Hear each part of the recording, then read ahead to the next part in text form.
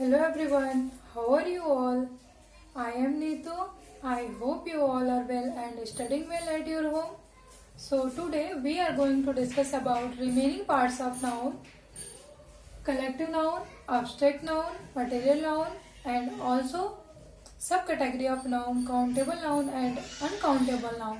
So let's start with collective noun. आज हम पढ़ेंगे कि कलेक्टिव नाउन क्या होता है यानी कि समूहवाचक संज्ञा क्या होता है, अब्स्ट्रैक्ट नाउन क्या होता है यानी कि भाववाचक संज्ञा क्या होता है, मटेरियल नाउन क्या होता है यानी कि द्रव्यवाचक संज्ञा क्या होता है and countable and uncountable noun यानी कि हम कौन सी संज्ञा को गिन सकते हैं और कौन सी संज्ञा को गिन नहीं सकते हैं। तो कलेक्टिव नाउन से स्टार्ट करते हैं। सबसे पहले डेफिनेशन की बात करेंगे। Collective noun is a word referring to a collection of things taken as a whole यानी कि जो कलेक्टिव नाउन है वो एक ऐसा वर्ड है जो कलेक्शन ऑफ थिंग्स यानी कि वस्तुओं के कलेक्शन की बात करता है। It represent a group of people, animals and things. यह ग्रुप ऑफ पीपल को रिप्रेजेंट करता है, ग्रुप ऑफ एनिमल्स को रिप्रेजेंट करता है एंड ग्रुप ऑफ थिंग्स को रिप्रेजेंट करता है।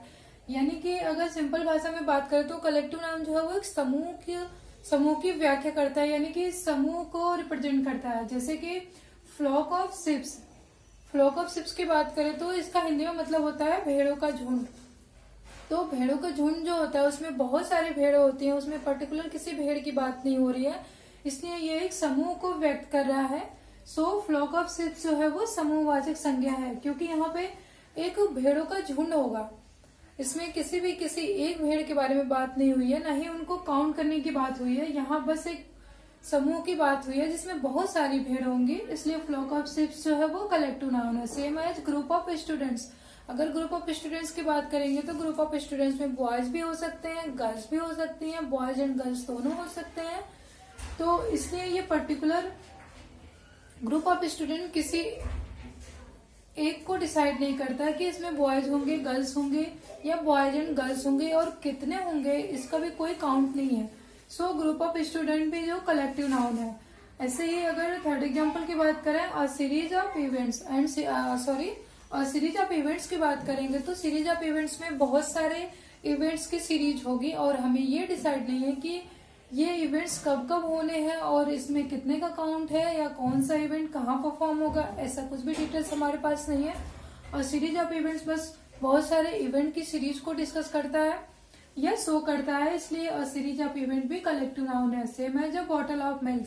एक बॉटल ऑफ मिल्क की बात करेंगे तो हमें नहीं पता है कि बॉटल में कितना मिल्क है, इसकी क्वांटिटी क्या है, इसलिए मिल्क भी कलेक्टिव नाउन है क्योंकि ये भी एक मात्रा को शो करता है। नाउ अब्स्ट्रैक्ट नाउन की बात करेंगे। Abstract noun are things like idea, concept, feelings and traits. यानी कि अब्स्ट्रैक्ट नाउन जो है वो आइडिया को व्यक्त करता है, कॉन्सेप्ट को शो करता है, फीलिंग्स को शो करता है एंड ट्रेट्स को शो करता है। यानी कि हमारे दिमाग में अगर कोई आइडिया चल रही है तो वो अब्स्ट्रैक्ट नाउन होगा। कोई कॉन्सेप्ट को लेके हम सोच रहे हैं वो अब्स्ट्रैक्ट नाउन होगा। अगर किसी फीलिंग्स की बात करें या किसी भावना की बात करें जो हमारे दिमाग में, या जैसे कि हम अगर खुशी फील कर रहे हैं तो खुश होना हमारी एक भाव को व्यक्त करता है, इसलिए ये जो फीलिंग्स है ये अब्स्ट्रैक्ट नाउन को शो करता है। ट्रेट्स यानी कि हमारे व्यवहार, किसके प्रति कैसे हमारे व्यवहार है, ये भी अब्स्ट्रैक्ट नाउन को शो करता है। अब्स्ट्रैक्ट नाउन का हिंदी में मतलब होता है भाववाचक संज्ञा, यानी कि ये एक भाव को डिनोट करता है या एक हमारी भावना को डिनोट करता है, इसको अब्स्ट्रैक्ट नाउन बोलते हैं। एग्जाम्पल की बात करते हैं। हैप्पीनेस, यानी कि हैप्पीनेस को अगर हम देखें तो हम अपनी एक खुशी की भावना को व्यक्त कर रहे हैं, हम किसी के सामने अपनी हैप्पीनेस को एक्सप्रेस कर रहे हैं कि हम खुश हैं बस।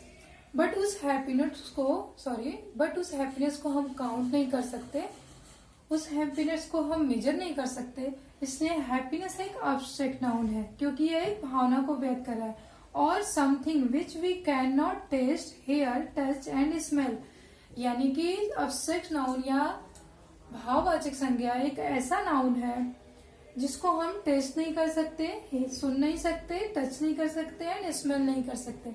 यानी कि अब्स्ट्रैक्ट नाउन में सिर्फ एक ही चीज है कि हम उस भावना को व्यक्त कर सकते हैं, हम अपनी उस फीलिंग को व्यक्त कर सकते हैं, बट उसको हम टच नहीं कर सकते, यानी कि छू नहीं सकते, स्मेल नहीं कर सकते, टेस्ट नहीं कर सकते।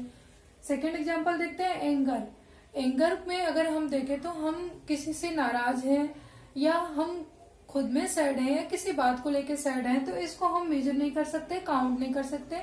अपनी एंगर की भावना को सिर्फ और सिर्फ हम व्यक्त कर सकते हैं, यानी कि शो कर सकते हैं, या वो हमारे फेशियल एक्सप्रेशन से पता चल जाता है कि हम नाराज हैं। बट इसको किसी भी क्वांटिटी में मेजर नहीं कर सकते, इसलिए ये भी एब्स्ट्रैक्ट नाउन है, क्योंकि ये एक हमारी नाराजगी की भावना को शो कर रहा है। ऐसे अगर चैरिटी की बात करें तो चैरिटी, इसका हिंदी में मतलब होता है दान करना। तो चैरिटी में हम किसी नीडी को कोई भी चीज देके हेल्प करते हैं, उस चीज को तो हम काउंट कर सकते हैं, मेजर कर सकते हैं। बट चैरिटी करके हमें जो फील होता है उस भावना को हम मेजर नहीं कर सकते, काउंट नहीं कर सकते, उसको सिर्फ और सिर्फ फील कर सकते हैं, या कह सकते हैं कि इस भाव को बस व्यक्त कर सकते हैं। इसलिए ये भी एक एब्स्ट्रैक्ट नाउन है। सेम एज डिजायर की बात करें तो डिजायर जो होता है वो हमारी इच्छा, यानी कि अपनी इच्छा को हम किसी के सामने जाहिर कर सकते हैं, बट उस इच्छा को हम मेजर नहीं कर सकते। इसलिए जो डिजायर है वो भी एब्स्ट्रैक्ट नाउन है। सेम एज लव की बात करें तो लव एक ऐसी फीलिंग है जिसको सिर्फ और सिर्फ हम फील कर सकते हैं। जैसे कि हमारे अपनी फैमिली को लेके एक लव की भावना फील होती है, या अपने किसी फ्रेंड को लेके फील होती है, या अपने किसी और भी अच्छे दोस्त को लेके फील होती है। बट ये सिर्फ और सिर्फ हम फील कर सकते हैं, उसको किसी के सामने व्यक्त कर सकते हैं, बट इसको काउंट या मेजर नहीं कर सकते। इसलिए लव भी एब्स्ट्रैक्ट नाउन है। सेम एज ऑनेस्टी की बात करें तो ऑनेस्टी जो है वो हमारे एक बिहेवियर को शो करता है कि हम कितना ऑनेस्ट हैं, या ये हमारी भावना को शो करता है, बट इसको हम काउंट या मेजर नहीं कर सकते हैं। इसलिए ऑनेस्टी भी एब्स्ट्रैक्ट नाउन है। नाउ अब मटेरियल नाउन की बात करेंगे। सो आगे चलते हैं। So here we are going to discuss about material noun, यानी कि मटेरियल नाउन क्या होता है। इसका हिंदी में मतलब होता है द्रव्यवाचक संज्ञा। तो इसके डेफिनेशन देखते हैं। These are the name given to the material substances from which things made such as silver, gold, iron, cotton, diamond, milk, honey, silk and sand। यानी कि मटेरियल नाउन की बात करें तो ये एक ऐसा नाउन है जो मटेरियल सब्सटेंसेस को रिप्रेजेंट करता है। और ये मटेरियल सब्सटेंस जो होते हैं इनको हम प्यूरिफाई करके या डिफरेंट टाइप से यूज करके उनको एक नया शेप देते हैं, एक नए रूप में बनाते हैं। जैसे कि अगर हम सिल्वर की बात करें तो सिल्वर का हिंदी में मतलब होता है चांदी। और चांदी का यूज करके हम डिफरेंट टाइप के गहने या ज्वेलरी बना सकते हैं। ये हमारे डिफरेंट टाइप में काम भी आता है, अलग अलग फंक्शन के हिसाब से हम अलग अलग ज्वेलरी भी पहनते हैं।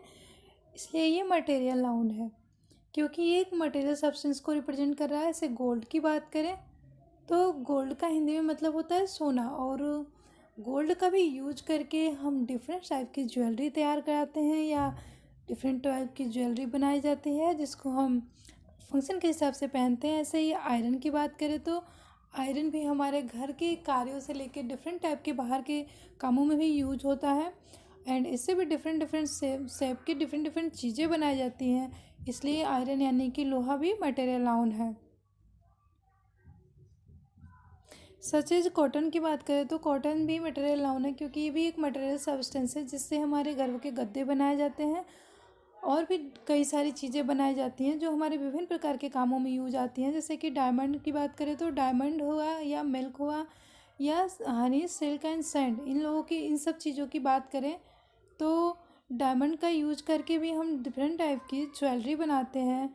ये हमारे डिफरेंट कामों में यूज आता है। ऐसे मिल्क की बात करें तो मिल्क का यूज करके हमारे घरों में मिठाइयाँ बनती हैं एंड अदर भी चीज़ें मिल्क का यूज करके बनाई जाती हैं। यानी कि कह सकते हैं कि एक मटेरियल से डिफरेंट टाइप की चीज़ों को क्रिएट करना या बनाना मटेरियल नाउन है। ऐसे ही हनी, सिल्क एंड सैंड का भी यूज करके डिफरेंट टाइप की चीज़ें बनाई जाती हैं, इसलिए ये मटेरियल नाउन है। अब नाउ सब कैटेगरी ऑफ नाउन्स पे आते हैं। सब कैटेगरी ऑफ नाउन जो होता है वो 2 टाइप्स का होता है, countable noun and countable noun. इन दोनों नाउन को हम हिंदी में बोलते हैं गढ़नी संज्ञा एंड अगढ़नी संज्ञा। काउंटेबल नाउन को हम काउंट कर सकते हैं एंड अनकाउंटेबल नाउन को हम काउंट नहीं कर सकते हैं। जैसे एग्जाम्पल की बात करेंगे तो इसमें वो चीज़ें आएंगी जो सिर्फ और सिर्फ काउंट की जाएंगी, इसलिए ये काउंटेबल नाउन है। जैसे कि countable noun can be counted, यानी कि काउंटेबल नाउन को हम गिन सकते हैं। And uncountable noun can not be counted, यानी कि अनकाउंटेबल नाउन को हम गिन नहीं सकते हैं। अब एग्जाम्पल की बात करते हैं, जैसे apples, chairs, cloth and bottle. यानी कि एप्पल्स को हम गिन सकते हैं, चेयर्स को गिन सकते हैं, क्लोथ को गिन सकते हैं, बॉटल को गिन सकते हैं। ऐसे ही अगर यहाँ पे देखें तो एयर को हम गिन नहीं कर सकते हैं, क्योंकि एयर को सिर्फ और सिर्फ हम महसूस कर सकते हैं। राइस की बात करें तो अगर राइस ज़्यादा मात्रा में है तो हम इसको काउंट कर नहीं सकते हैं, इसलिए ये भी अनकाउंटेबल नाउन है। वाटर को भी नहीं गिन सकते, इसलिए अनकाउंटेबल नाउन है। फर्नीचर की बात करें तो फर्नीचर भी डिफरेंट टाइप्स का फर्नीचर होगा जब एक साथ, तो हम उनको काउंट नहीं कर सकते। जैसे कॉफ़ी हम इसको पी सकते हैं, कॉफ़ी के टेस्ट को महसूस कर सकते हैं, बट कॉफ़ी को हम गिन नहीं सकते हैं। सच एज ऐसे ही हम किसी की एडवाइस को सिर्फ ले सकते हैं, बट एडवाइस को हम गिन नहीं सकते हैं। ऐसे मनी की बात करें तो यहाँ बहुत सारे पैसों की बात हो रही है, इसलिए मनी को काउंट नहीं कर सकते हैं, इसलिए ये अनकाउंटेबल नाउन है। जबकि अगर वहीं कुछ रुपीज़ की बात करते तो रुपीज़ को हम काउंट कर सकते थे, इसलिए रुपीज़ जो होगा वो काउंटेबल नाउन होगा। ऐसे ही नॉलेज की बात करें तो नॉलेज को हम बस समझ सकते हैं कि किसी इंसान को देख के ये कह सकते हैं कि हाँ ये इंसान बहुत नॉलेजफुल होगा, बट नॉलेज को हम काउंट नहीं कर सकते हैं, नॉलेज की मात्रा को नहीं बता सकते हैं कि हाँ ये इंसान इतना नॉलेजेबल है। आज हमने पढ़ा कि नाउन क्या होता है, नाउन के टाइप्स क्या होते हैं, सब कैटेगरी ऑफ नाउन क्या होता है, यानी कि नाउन के उप कैटेगरी क्या होते हैं, उसमें काउंटेबल नाउन क्या होता है, अनकाउंटेबल नाउन क्या होता है। तो आज की क्लास को हम यहीं पे ख़त्म करते हैं। आई होप आप लोगों को पसंद आया होगा एंड आप लोगों को मेरे पढ़ाने का भी तरीका पसंद आया होगा। तो अगर आप लोगों को पसंद आता है तो like, comment and share and subscribe करना ना भूलें। एंड हाँ, अगर कहीं मेरी गलतियाँ हो तो कमेंट करके बताना ना भूलें, या मुझे कुछ इम्प्रूवमेंट करना हो तो उसको भी कमेंट करके बताना ना भूलें।